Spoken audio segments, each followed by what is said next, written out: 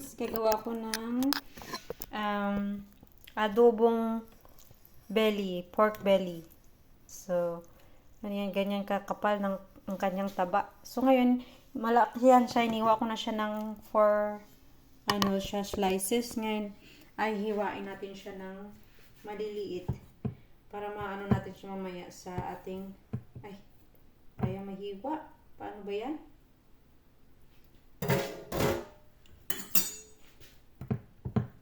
Hiwain ko siya ng ganyan. Tapos mamaya, pipirituhin ko siya.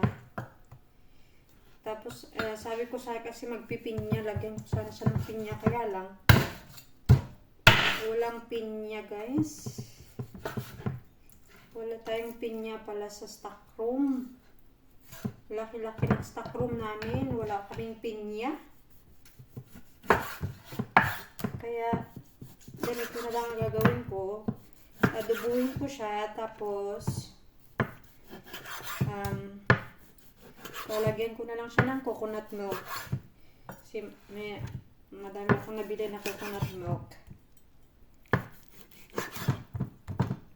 Ganun na lang guys. So, yan, nakadami. Ngayon, prituin ko muna siya. Hugasan ko na rin yan siya. Prituin natin. Yan guys, mainit na yung ating kawali. Lalagyan na natin yung ating baboy. Baboy na tayo. Dito yung aking, saglit. Lagyan na natin siya. Unahin natin yung taba. Hindi ako maglalagay ng matika kasi mataba na yun. Mataba na siya eh. Yung taba niya yun na yung magpamantika.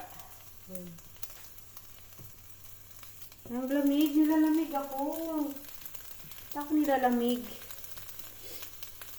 I don't know why. Tiglamig na kasi dito guys. Oo. Ko. Yan, pituin ko muna yan siya. Yan, nalagay ko na lahat guys. Ayan, sarado natin. Pituin ko muna yan.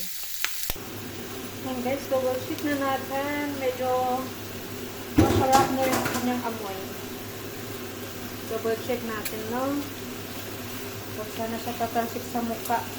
Ayan.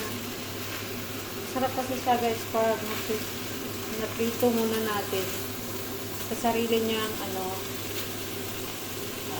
sarili niyang mantika. Magbibisa ko mga maya-maya kasi nilalamig ako. Ayan. So matagal-tagal pa yan. Mahila lang yung apoy ko. Pakasagay natin. Yan na guys, malapit na maluto. Diyan lang muna natatapos ang ating video. Continue natin mamaya. Thank you for watching. Bye guys!